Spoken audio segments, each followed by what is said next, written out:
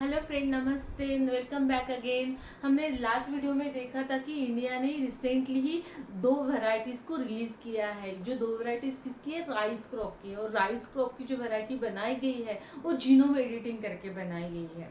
Okay, यानी genome को edit करके बनाई गई है। तो ये जो दो वैरायटीज़ कौन सी थी? तो पहली थी अपनी पूसा राइस DST 1 और सेकंड वाली थी हमारी DRR राइस 100, जिसको कमला करके भी लोकल नाम से पहचाना जा रहा है अभी।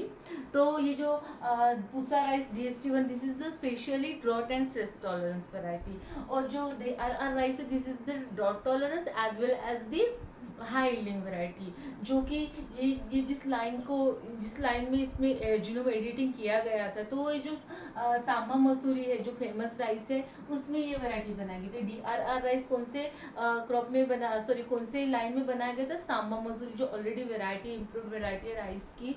सांबा मसूरी में ही जीनोम एडिट करके, उसका जीन को एडिट करके, यानी आपको जो क्वालिटीज मिलेगी, तो इसमें जो मिलेगी ये किसकी मिलेगी? सांबा मसूरी की मिलेगी। ओके, इसमें जो आपको पूरी क्वालिटीज मिलेगी, जो कि बहुत सांबा मसूरी राइस को बहुत जो हमारे ग्राहक हैं वो पसंद करते हैं। This are the very fine type of that rice and very good quality rice. And after that there is the कोटेंडुरु चिन्नेरु। ओके, ये जो वैरायटी है, ये जो लाइन है, इसमें जीनोम एडिट करके पूसा राइस DST 1 को बनाया गया है। तो बहुत जो सबसे फेमस है, यानी 500 हेक्टेयर से भी ज़्यादा एरिया इन दोनों वैरायटी ने ही कवर करके रखा था। तो इनका ही नेक्स्ट वर्जन, यानी इनमें ही जीनोम का एडिट करके, इनका पहले जीन आइडेंटिफाई करके और उसको एडिट करके हमने बनाई गई दो वैरायटी है। तो इनको जो एडिट किया गया, whenever they edit that lines, ये लाइन को जब एडिट किया गया, तो जो एडिट की टेक्निक थी, तो that is the CRISPR Cas। Okay, जो क्रेडिट की जब चेंज की एडिशन जिस टेक्निक से किया गया, जिस मैकेनिज्म से किया गया, that is the CRISPR Cas9। Okay, CRISPR Cas9 technique से इनमें जीनोम एडिटिंग, यानी जीनोम यानी इसके क्रोमोसोम्स, इसका जो पूरा है ग्रुप ऑफ पूरे सेट ऑफ क्रोमोसोम है, जितने भी DNA है, उसको CRISPR Cas टेक्निक से एडिट किया गया था। तो एक्चुअल में आज हम देखने वाले हैं कि हमने तो ये लास्ट टाइम में देख लिया था कि क्या क्वालिटीज है। ये ड्रॉट और स्ट्रेस टॉलरेंस है, ये ड्रॉट टॉलरेंस और हाई यील्डिंग दोनों भी हाई यील्डिंग है, और उसी को ही इम्प्रोवाइज कर रहे हैं। जो ऑलरेडी फेमस लाइन थी, उन्हीं की ही आपको क्वालिटी, जो एग्रोनॉमिकल क्वालिटीज और फिनोटिपिक क्वालिटीज मिलेगी, वो इन्हीं लाइन की मिलेगी। बाकी बस ये हाई यील्डिंग होगा। और इसमें जो मैंने कल ऑलरेडी लास्ट वीडियो में इसके आपको कैरेक्टरिस्टिक्स बता दी थी, दोनों वैरायटी के स्पेशल कैरेक्टरिस्टिक्स क्या है। तो एक्चुअल में ये वीडियो इसलिए बना रही हूँ कि ताकि आपको there is a difference between the genome editing and GMOs। Actual में ये जो दो वैरायटीज है, these are the not a GMO, genetically modified organisms. Okay, GMOs varieties नहीं है ये, नॉट अ GMOs। ये दोनों जो वैरायटीज है GMO, यानी genetically modified organism. Genetically modified organisms नहीं, तो ये कैसे नहीं है? जेनेटिकली मॉडिफाइड ऑर्गेनिजम्स कैसे नहीं है? तो एक्चुअल में हम जो GMO बनाते हैं, ओके, जैसे कि हमारा BT कॉटन हो गया। BT कॉटन तो आपने सबने नाम सुना होगा। तो जो BT कॉटन कौन सा क्रॉप है? This is the GMO crop. वैसे ही हमने GMO लाइन जो जिसमें कि बैसिलस thuringiensis से जीन हमने क्या किया था? आइसोलेट करके हमने कॉटन के स्टेन में डाला था। तो ये बैक्टीरिया का एक DNA जीन हो गया, बैक्टीरिया से हमने DNA आइडेंटिफाई किया। वैसे ही हमने BT वाली वेराइटीज हमने ब्रिंजल में बनाई है, हमने सोयाबीन में बनाई है, ऐसे बहुत सारे क्रॉप्स में हमने बनाए। लेकिन इसी से only that department of biotechnology की जो अप्राइजल कमेटी होती है, इसके ऊपर बहुत आर्गूमेंट चल रहा है कि जो कंजम्पशन वाली, इसको ही बस क्या किया गया? अप्राइजल दिया गया, इसको ही अप्रूव किया गया है। बाकी जो ब्रिंजल में बनी है, सोयाबीन में बनी है, बहुत सारे क्रॉप्स में बनी है, उसको अभी भी अप्रूव नहीं किया गया है। ओके, GMOs वैरायटी को अप्रूव नहीं किया गया। तो ये वैरायटी GMOs क्यों नहीं है? इसमें भी तो जीनोम में छेड़छाड़ की गई है, इसके भी जीनोम में हमने छेड़छाड़ की गई थी। इनको अभी तक हम, यानी legally there is a not allotted for the growing in the by the in the India by the farmer. India में अभी तक फार्मर को ग्रो करने के लिए अलाउड नहीं किया गया है। तो इसमें क्या चेंज है ये हम देखने वाले हैं आज। तो इन दोनों में डिफरेंस क्या है, एक CRISPR-Cas9 में और GMO में क्या डिफरेंस है, इनमें दोनों में क्या डिफरेंस है, ये हम आज देखने वाले हैं कि ये कैसे अलग है। तो इसलिए ये इनमें क्या होता है, जीनोम एडिट ही होता है, तो इसके कारण इसको इजीली अप्रूव मिल गया है, इजीली अप्रूव रिलीज हो गई है, अप्रूव मिल गया है। अभी सीड प्रोडक्शन, मास सीड प्रोडक्शन होगा इसका, सीड प्रोडक्शन के बाद ये फार्मर को अवेलेबल हो जाएगी। ओके, रिलीज कर दिया गया है इस वैरायटी को। तो कौन सा डिफरेंस है अभी कि जीनोम एडिटिंग तो जीनोम में छेड़छाड़ तो इसमें भी की गई है, इसमें भी की गई है GMO, लेकिन GMO के वैरायटीज को अभी तक अप्रूव नहीं की दिया गया, फार्मर नहीं लगा सकते और वैरायटी बनके रेडी है, लेकिन फार्मर को ये अलाउड नहीं, क्योंकि बहुत सारे इसके ना आर्गुमेंट्स चल रहे हैं कि आप ना बैक्टीरिया का DNA खाने के लिए दे रहे हो तो वेजिटेरियंस लोग का क्या होगा, ऐसे बहुत सारे उसमें कंट्रोवर्सीज चल रही है कि आधे साइंटिस्ट बोल रहे हैं। वैसे तो है, अगर हेल्थ की बारी है, जैसे कि हम इंसुलिन वगैरह, तो ये तो एक बैक्टीरिया हम खा रहे हैं, वैसे दही वगैरह ले लो, ये तो खाते हैं, वैसे कुछ नहीं है, लेकिन छह अपने अपने पॉइंट्स हैं, इसके ऊपर हम बात नहीं करेंगे। हमें बात करनी है क्या, how this are the differ, okay, how this are the differ, why it is not a GMO, ये GMO क्यों नहीं है, ये जो वेराइटीज है। तो ये देखो, मैंने कल ही आपको मैकेनिज्म बताया था। CRISPR-Cas में क्या होता है, एक Cas9 का प्रोटीन होता है, जो CRISPR का मैंने लॉन्ग फॉर्म ऑलरेडी बता दिया था कि cluster of regularly interspace short palindromic repeats. तो जो शॉर्ट पैलिंड्रोमिक रिपीट्स जो कि एक्चुअल में बैक्टीरिया में पाया जाता है, ओके। तो देखो, दोनों भी बैक्टीरिया में पाया जाता है, जैसे हमने GMOs में जो BT ले लिया, वो भी बैक्टीरिया में पाया जाता है और वो भी बैक्टीरिया में पाया जाता है, ओके। वो जीन भी बैक्टीरिया में पाया जाता है, ये भी बैक्टीरिया से ही हमने लिया था, बीटी वाला भी बेसिलस thuringiensis बैक्टीरिया से हमने एग्रीबैक्टीरियल मेथड से हमने बीटी कॉटन को बनाया गया था। तो और इसमें भी अभी देखो, ये हो गया हमारा क्या, इसका DNA, ये हो गया हमारा बैक्टीरिया का DNA। अभी यहाँ पे इसने वायरस ने इसको अटैक कर लिया, ओके, वायरस ने इसको अटैक कर लिया। अगर अटैक करता है इसको बैक्टीरियोफेज बोला जाता है, तो अटैक कर लिया। अटैक जब भी करता है तो it's just add the DNA, इसके DNA को यहाँ पे ऐड कर लिया उसने। जैसे ही नया कुछ पार्टिकल इसको आइडेंटिफाई होता है, तो इसमें ऑलरेडी ये क्लस्टर ऑफ जीन पाए जाते हैं, जो मैंने क्लस्टर यानी ग्रुप में पाए जाते हैं, इसे इंटरस्पेस रिपीट पाए जाते हैं। उससे क्या बनता है, RNA, this are produce the RNA, guide RNA बनाता है, और गाइड RNA पहचानता है ऑलरेडी। ये सीक्वेंस आपको इसमें सीक्वेंस दिखेगा, ऐसे क्लस्टर्स ऑफ जीन्स में आपको ऐसे सीक्वेंस दिखेगा, ओके। ये इंटरस्पेस हो गया, ये फिर और जीन हो गया, एक वाला जीन दूसरे वाला बैक्टीरिया का होगा, एक वाला जीन दूसरे वाले बैक्टीरिया का होगा, तो एक को हम ऐसे ऐसे निकालेंगे, एक को, ताकि आपको अंडरस्टैंड हो जाए। तो ये जो है ये क्या है, ये इंटरस्पेस है, इनको बोलेंगे हम इंटरस्पेस, ओके। और ये जो है ये जीन है, एक्चुअल में जो CRISPR जीन है ये वाले जीन है, तो ये दूसरे वाले बैक्टीरियोफेज का कॉपी करके रख दिया। ये दूसरे वाले जैसे भी ये पहचाना जाता है कि यहाँ पे है, तो वहाँ पे चला जाता है अपना Cas9 का प्रोटीन, Cas9 प्रोटीन और गाइड RNA और gRNA और Cas9 प्रोटीन, ये एक साथ अटैच होते हैं। और ट्रेसर इसके साथ और एक होता है, कौन, ट्रेसर DNA होता है, ट्रेसर वाला DNA होता है जिनको पकड़ के रखता है। ये तीनों मिलके जाते हैं, नया भी कोई भी दिखा जो पहचान का नहीं है, बैक्टीरिया का DNA नहीं है, अलग है। और इसमें होता है एक, इसमें होता है जो बैक्टीरिया वायरस का जो DNA होता है, इसमें होता है पाम सीक्वेंस, यहाँ पे होते हैं पाम सीक्वेंस। और पाम से जैसे कि ये बैक्टीरिया ये वायरस का DNA हो गया, इसमें आ जाएगा हमारा पाम सीक्वेंस आ जाएगा। और पाम सीक्वेंस के आगे ही यहाँ पे होता है NGG, मीन्स नॉन स्पेसिफाइड, यानी यहाँ पे एडिनोसिन गायनिन साइटोसिन और थायमिन, चारों में से कौन सा भी non specified base pair, okay. And ये होते हैं अपना ग्वानिन उसको क्या करता है, एक दो बेस पेयर के पहले ही पाम सीक्वेंस पाए जाते हैं, दैट इज द कहाँ पे, वायरस के डीएनए में पाए जाते हैं, जो कि वायरस अटैक करता है। तो जहाँ पे भी ऐसे पाम सीक्वेंस दिखा और इसके आगे पाए जाते हैं गो ऑन एंड रिपीट, आपको दिखेंगे।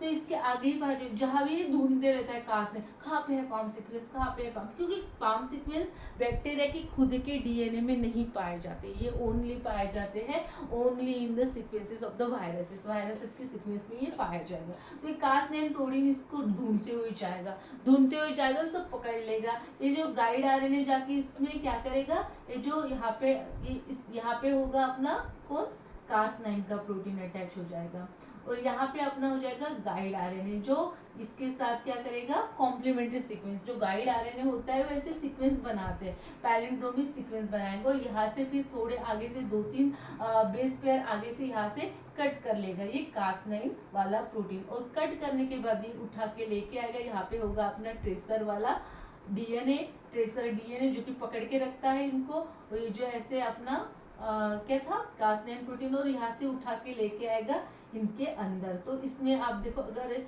ये वाला आ जाता है तो और एक्स्ट्रा, इसको हम अगर ब्लैक कलर से कर देते हैं ये वाला, ओके, तो ये और एक्स्ट्रा यहाँ पे ऐड हो जाएगा, ओके, और फिर एक इंटरस्पेस ऐड हो जाएगा, ऐसे करके क्लस्टर ऑफ जीन बनता है। नेक्स्ट टाइम अगर और आते हैं क्या, द वायरस सीक्वेंस, वायरस के अगर डीएनए एक बार और आ जाते हैं तो और ये जाएगा, यहाँ से क्या बनेगा, आरएनए यहाँ से ब्रेक होके यहाँ पे जाएगा, इसके साथ Cas9 अटैच होगा, और ये इसको complementary RNA, guide RNA complementary का काम करेगा और उसको ब्रेक कर देगा। तो यही वाला क्राइटेरिया हमने, यानी इसमें क्या किया था, ये तो क्राइटेरिया था कि naturally natural mechanism how to bacteria is the recover from the virus attack। तो बैक्टीरिया अपने वायरस अटैक से कैसे रिकवर होता है, कैसे इसमें डिफेंस करता है, तो ये एक मैकेनिज्म ऑलरेडी था। तो हमने क्या किया, ये जो पूरा जो है ये वाला वेक्टर, जीन वेक्टर, हमने ये पूरा वेक्टर बना लिया, ओके, जैसे वायरस ही एक वेक्टर है तो वेक्टर पूरा हमने बना लिया, जो क्या करेगा, ये इसमें हमने Cas9 डाल दिया, हमने ट्रेसर डीएनए डाल दिया, गाइड आरएनए डाल दिया, तो गाइड आरएनए हमारा रहेगा कॉम्प्लीमेंट्री सीक्वेंस, जैसे हमने यहाँ पे आइडेंटिफाई किया था डीएसटी जीन, तो डीएसटी का हमने कॉम्प्लीमेंट्री जी आरएनए बना दिया, ओके, गाइड आरएनए बना दिया, गाइड आरएनए हमने बना दिया, और इसी को ही हम फोटोस्पेसर भी बोल सकते हैं। तो गाइड आरएनए हमने बना दिया, और हमें पता था कि सपोज ये वाला जीन है डीएसटी के लिए, हमने उसी का कॉम्प्लीमेंट्री सीक्वेंस आरएनए बनाया। तो आरएनए क्यों बना, क्योंकि इसी के साथ होता है हमारा Cas9 का प्रोटीन, Cas9 प्रोटीन होता है, तो Cas9 प्रोटीन जाएगा इसमें, और इसमें ऐड होते हैं हमारा एम्फीफिलिन रेजिस्टेंट एएमपी, या फिर कौन सा भी सिलेक्टिव मार्कर ले लो, एएमपी एम्पीसिलिन रेजिस्टेंस। उसके बाद इसमें आपको ORI जीन भी पाया जाएगा, ORI रीजन जहाँ से ओरिजिन होगा का डीएनए सिंथेसिस का ओरिजिन होगा, और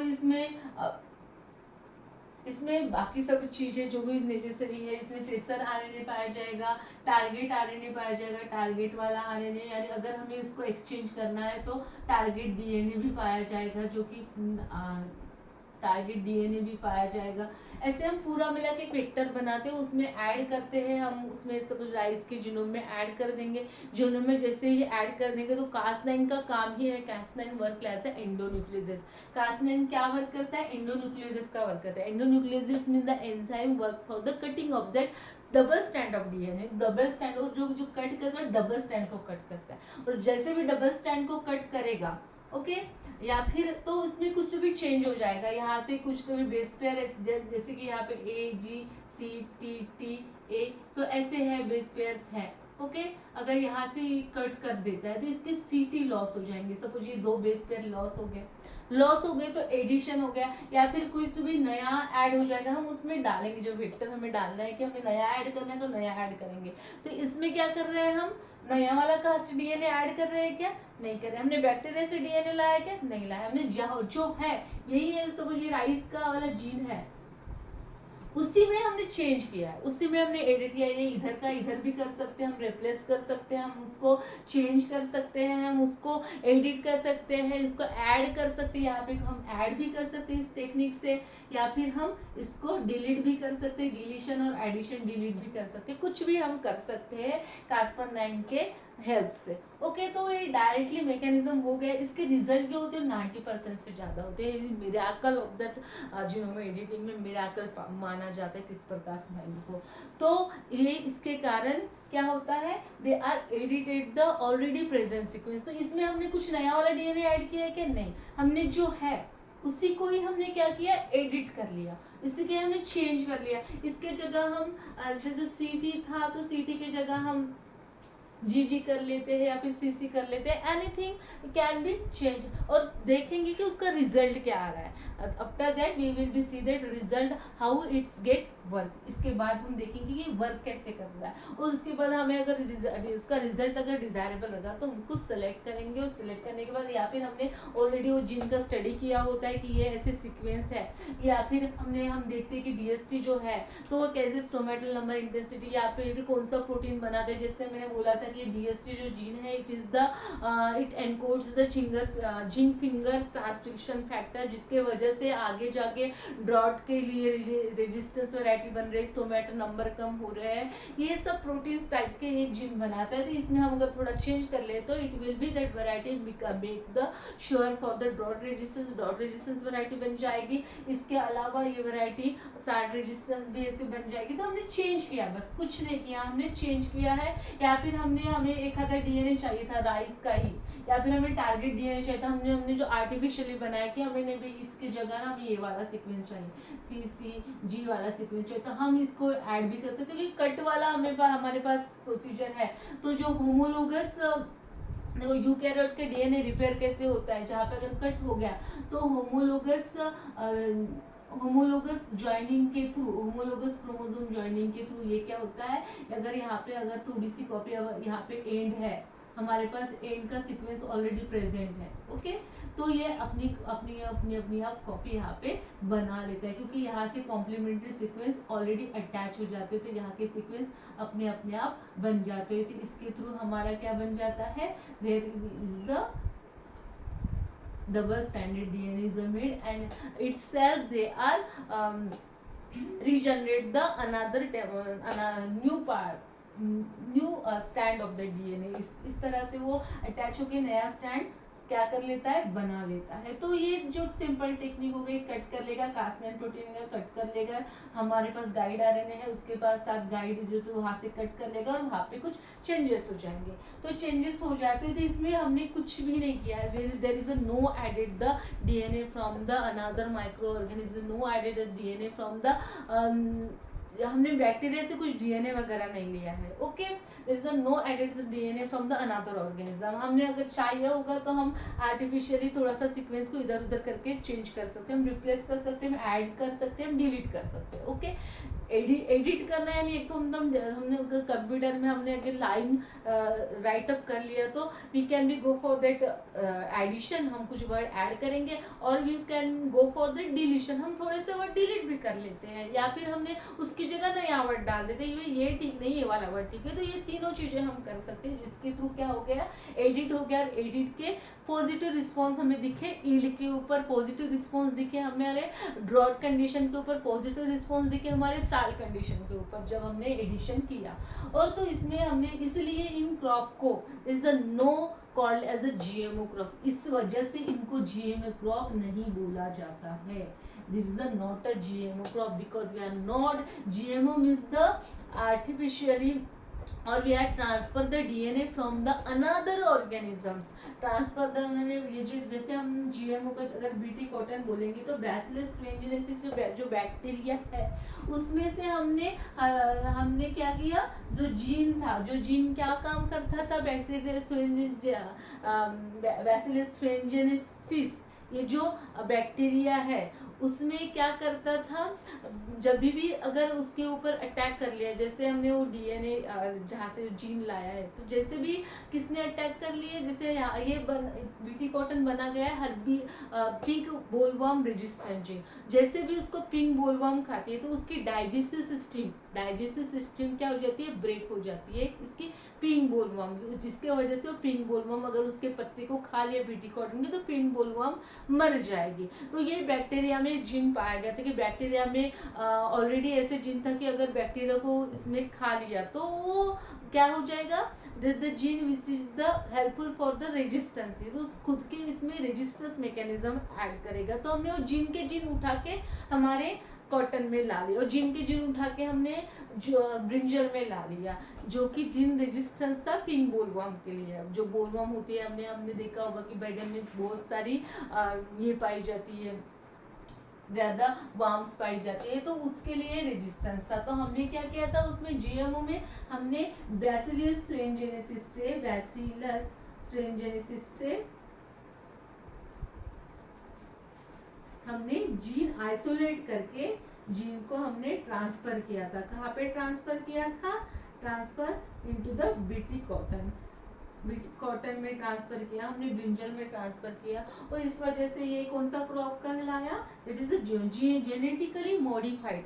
हमने जीन को मॉडिफाइड किया, हमने जीन को और एक्स्ट्रा कुछ तो भी यानी उसको चेंज कर लिया हमने, हमें एक्स्ट्रा का कुछ थिंग्स उसमें चाहिए था वो हमने डाल दिए। कहाँ से हमने डाल दिए, we transfer from that organism, micro organism bacillus जो बैक्टीरिया है वहां से हमने डाल दिए। इसके कारण इसके ऊपर कॉन्ट्रोवर्सी चली कि भाई आप ना बैक्टीरिया का जीन खाने के लिए दे रहे हो, क्या पता इसके क्या साइड इफेक्ट होंगे आगे जाके, इसके लॉन्ग टर्म साइड इफेक्ट क्या होंगे हमें नहीं पता, क्योंकि हम बैक्टीरिया खा रहे हैं, उस बैक्टीरिया का क्या, क्योंकि वो तो अगर जो कीड़े हैं उनके ऊपर तो वर्क कर ही रहा है, तो क्या पता हमारे ऊपर भी कुछ उसके जीन निगेटिव इफेक्ट कर ले। इसके कारण इसको परमिशन अप्रूवल नहीं दिया गया फॉर द ग्रूविंग, इसके लिए ये अलग होते हैं। लेकिन इसको अप्रूव मिल गया है, इसको अप्रूव क्यों मिल गया, क्योंकि हमने कौन से और माइक्रो ऑर्गेनिज्म से जीन नहीं डाला है डायरेक्टली, बस थोड़ा सा चेंजेस किया है। जो बेस पेयर है जो कि एक्स्ट्रा के थे, कुछ तो वैसे चीजें थी जिसके कारण वो ड्रॉट रेजिस्टेंस नहीं बन पा रहे थे,